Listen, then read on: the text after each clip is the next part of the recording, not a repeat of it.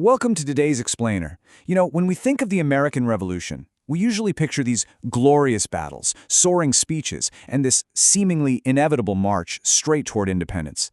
But history, the real history, is rarely ever that neat. Today we're looking at the absolute darkest years of the American Revolution, a brutal period stretching from 1775 to 1778. Because this wasn't just a military campaign, it was a crucible. It was the ultimate test of character for a quiet, tall, pale-eyed man from Virginia who was suddenly asked to carry the weight of an entire collapsing dream right on his shoulders. We're talking, of course, about George Washington. I want you to listen to this description from the time and just sit with it for a second. The roads out of camp were marked by bloody footprints in the snow from men with no shoes. This wasn't a metaphor. This was the freezing, brutal reality of survival for the soldiers fighting for American independence. We're going to explore how any leader could possibly keep men fighting when they were literally bleeding into the snow just from a complete lack of basic supplies. Okay, let's dive into this and trace four pivotal, compounding years of crisis. 1775, when a commander is appointed. 1776, the Delaware Crossing. 1777, the horrors of Valley Forge. And finally, 1778, where a real army is forged. Each one of these years presented an impossible hurdle. Honestly, each year should have been the end of the Revolution. Part 1. The Reluctant Commander, June 1775. Set the scene, we are at the Second Continental Congress in Philadelphia, and the situation is beyond dire. Fighting is already broken out up in Massachusetts at Lexington and Concord, so the colonies have to either fight for independence or just surrender entirely, and they desperately need a commander. And the mismatch here is profound. On one side, you have the Continental Army. They've got no uniforms, barely enough weapons, zero professional training, and they're practically bankrupt. Then, on the other side, you've got the British Army, the greatest, perfectly equipped, heavily funded military empire on the face of the earth. Any rational person looking at this would tell you fighting them is absolute suicide. So when John Adams nominates a tall, quiet Virginian who happens to be sitting there in his militia uniform, every single head in the room turns. Washington stands up, walks out, and when he formally accepts the position, he says this: "I do not think myself equal to the command I am honored with. I may not be equal to it." And he wasn't just fishing for compliments here. Witnesses actually said the room went completely silent. He was profoundly humble, and he meant every word of it. He fully understood the immense burden being placed on him. And it turns out that restraint, that utter lack of ego, and his refusal to be shaken by these impossible odds, well, that became the very foundation of his leadership. Moving into Part 2.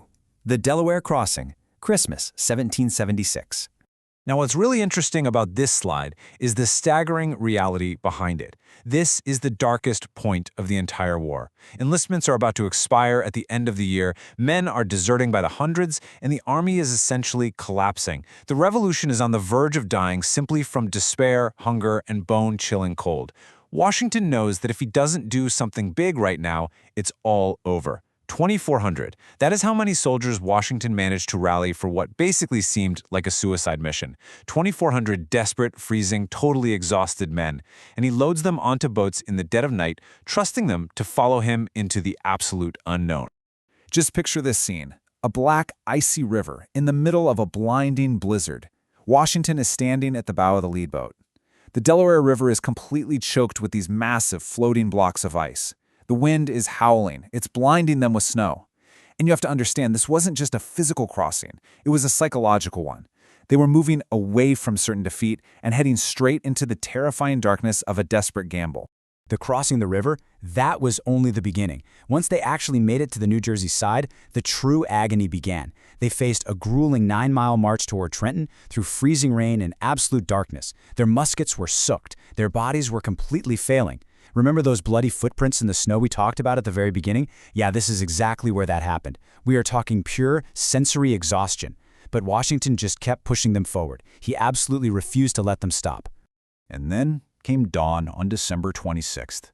They struck the Hessian garrison of German mercenaries at Trenton, and incredibly, they won. It was a victory that completely shocked the entire world.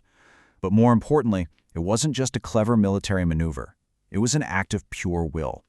When every single rational calculation told them to retreat, pack up, and go home to survive the winter, Washington chose action, and in doing so, he literally breathed life right back into a dying revolution. Which brings us to Part 3, the winter at Valley Forge, 1777. Now, you'd probably think the victory at Trenton meant the hardest days were finally behind them, right? But war is rarely linear, and the following winter brought an entirely new enemy, the elements themselves. 2,000. Let that number really sink in for a moment. 2,000 soldiers died at Valley Forge. And the tragic part? They didn't die in battle. They died from the cold. They died from disease. They died from sheer starvation.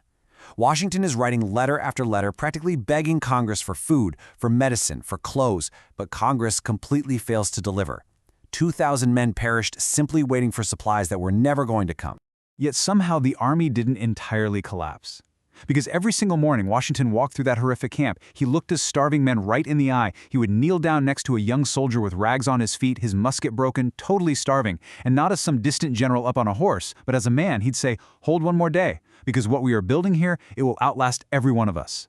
That deeply personal, unyielding leadership right there on the ground, that is exactly what kept the Continental Army tethered to hope.